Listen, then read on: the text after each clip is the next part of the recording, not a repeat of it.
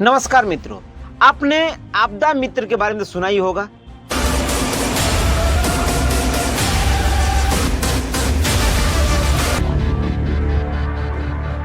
कि जब भी बाढ़ आती है या फिर आपदा आती है तो वहाँ एनडीआरएफ, एसडीआरएफ यानी पूरे प्रशासनिक अधिकारी आते हैं। उनके साथ साथ एनडीआरएफ की टीम भी आती है, एसडीआरएफ की टीम भी आती है। साथ कुछ प्राइवेट सेक्टर के आपदा मित्र भी होते हैं। 2022 में आपदा मित्र को चयनित किया गया था। हर गांव से दो व्यक्ति, तीन व्यक्ति, एक व्यक्ति को चयनित किया गया था कि आप जो है कि आपदा मित्र हैं और आपदा में आपको कभी भी जरूरत पड़ सकती है। आपके आसपास जब भी कोई घटना होगी तो आपको वहां जा करके सेवा देनी होगी, यानी उनको हॉस्पिटल पहुंचाना, या फिर आग लगती है तो आग में सहायता करना, लोगों को बताना, जागरूक करना, ये कैसे बचा जाए। इन सारे मुद्दों पे उनको एक बतौर ट्रेनिंग भी दिया गया था। उनका चयन हुआ था और लगातार वो अपना सेवा देते रहे। उनको मतलब वो एक तरह से सरकारी संस्थानों में जुड़ करके और अपनी सेवा देते रहे, यहाँ तक कि उसमें आपदा सखी का भी चयन हुआ और अभी भी वो कार्यरत हैं, उनकी ड्यूटी लगाई जाती है। लेकिन क्या आपको पता है कि ये जो आपदा मित्र हैं उनको तनख्वाह के तौर पे क्या मिलता है, तनख्वाह के रूप में क्या मिलता है? तो अभी तक इन आपदा मित्रों को तनख्वाह के रूप में 1 रुपए भी नहीं मिला है। जब से ये लोग ज्वाइनिंग किए हैं, जब से इनको एक आपदा मित्र बनाया गया है, अपने सरकारी संस्था में नाम दर्ज किया गया है कि हमारे जो है कि यह आपदा मित्र हैं और यह जो किसी आपदा में इनकी ड्यूटी लगाई जा सकती है। आपको जानकर ताज्जुब होगा, आप हैरान होंगे, क्या वाकई में वह आपदा मित्र जो अपने जान को जोखिम में डाल करके ड्यूटी करते हैं, बाढ़ में जाकर के नाव पे बैठ करके लोगों की सहायता करते हैं, जान बचाते हैं।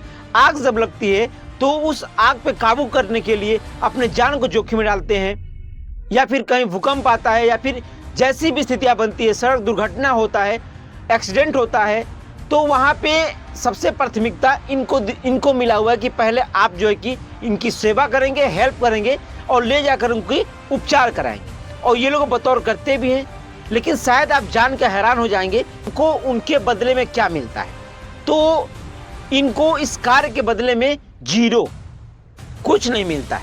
अभी तक सरकार के द्वारा इन्हें 1 रुपए भी मुहैया नहीं किया गया है। इनको ना तनख्वाह दी जाती है, ना ही तेल भरने के लिए पैसा दिया जाता है। अब सोचिए कि कहीं भी जाते हैं ये लोग तो पैदल तो जाएंगे नहीं, अपने संसाधन से जाएंगे। और जब भी अपने संसाधन से जाते हैं तो अपने पॉकेट से पैसा लगा करके, अपने पॉकेट से खर्च लगा करके वह अपने ड्यूटी करने के लिए जगह पे पहुंचते हैं, बतौर ड्यूटी करते हैं और ड्यूटी करने के बाद तब कहीं देर रात तक घर आते हैं। हालांकि इस पे उन्होंने लखनऊ में धरना भी दिया था, गाजीपुर, अलग अलग जगहों पे, अलग अलग राज्यों में, अलग अलग जिलों पे इन्होंने अपने अपने जिलाधिकारी को या फिर एसडीएम को पत्रक दिया, फिर भी अभी तक इनकी बात नहीं सुनी गई। यहाँ तक इन्होंने धरना भी दिया, फिर भी इनकी बात नहीं सुनी गई। ये कम से कम इनका एक निर्धारित जो है कि कुछ पे रख दिया जाए ताकि इनका भी जीवन यापन चल सके, जीविका चल सके। लेकिन सिवराई तहसील के कुछ युवकों ने मिल करके, कुछ आपदा मित्र ने मिल करके जमनिया विधायक ओम प्रकाश सिंह जी के यहाँ पत्रक सौंपे और फिर उनसे गुहार लगाई कि आप जो है कि इन बातों को लेकर के विधानसभा में आवाज बने, इन आपदा मित्रों की आवाज बने। और उन्हें आश्वासन भी मिला है कि इनकी बातों को ध्यान में रखा जाएगा और जो है कि इनकी आवाज विधानसभा में उठाई जाएगी। आपदा मित्रों का भी कहना है कि जमनिया विधायक ओम प्रकाश सिंह ने उन्हें आश्वासन दिया है कि वह उनकी आवाज बनेंगे और विधानसभा में उनकी बातों को रखेंगे कि यह जो है कि अपनी जान को जोखिम में डाल करके सेवा करते हैं, निरंतर लगे रहते हैं और उनके बदले में कुछ नहीं मिलता है। सैलरी के नाम पे भी कुछ नहीं मिलती। अब आप खुद सोचिए कि कोई व्यक्ति को अगर कहीं ड्यूटी लगाई जाती है या फिर कोई वर्क दिया जाता है, उसके बदले में उनको तनख्वाह मिलती है, कोई पैसा मिलता है। लेकिन यह एक ऐसे आपदा मित्र हैं जिनको ड्यूटी तो कराई जा रही है, जिनसे काम तो लिया जा रहा है, लेकिन उसके बदले में ना तो इनको कुछ दिया जा रहा है और ना इनको कहा गया था कि इनका बीमा भी हुआ है।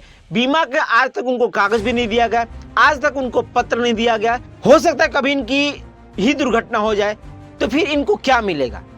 आपदा मित्रों ने बताया कि अब तक 11 आपदा मित्र जो है कि शहीद हो चुके हैं। मैं शहीद का दर्जा क्यों दे रहा हूँ, क्योंकि जब ये सरकारी संस्था से जुड़ चुके हैं, एक एनडीआरएफ के तौर पे काम कर रहे हैं, तो कहीं ना कहीं ये भी एक देश के सैनिक हैं। और देश के जब सैनिक हैं, जब वो 11 सैनिक जब आपदा में उनका देहांत हुआ तो फिर उन्हें क्यों नहीं एक अच्छा सा दर्जा दिया गया? अभी तक उनको 1 रुपये क्यों नहीं मुहैया किया गया?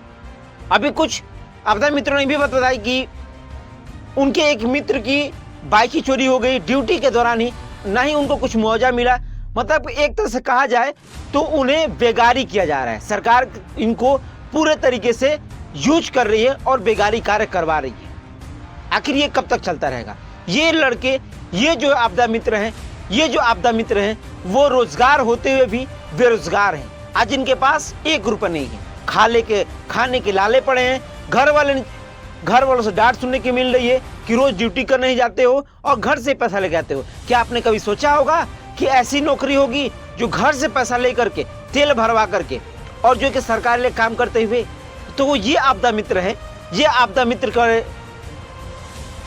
मित्र वाले युवा हैं जो अपने पॉकेट से पैसा लगा करके सरकार के कामों में हाथ बढ़ाते हैं, सरकार के काम आते हैं और सेवा में लगे रहते हैं। आखिर इनकी तनख्वाह क्यों नहीं दी जा रही है? आखिर इनको मानदेय क्यों नहीं मिल रहा है? एक निर्धारित तनख्वाह इनकी फिक्स क्यों नहीं की जा रही है?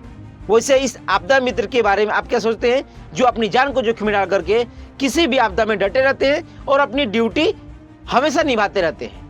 हमें कमेंट में जरूर बताइएगा। मैं हूं संतोष, आप देख रहे हैं भारत न्यूज़ टीवी 24। अगर आप चैनल पर नए हैं तो चैनल को सब्सक्राइब कीजिए, लाइक कीजिए और वीडियो को शेयर कीजिए। धन्यवाद, नमस्कार।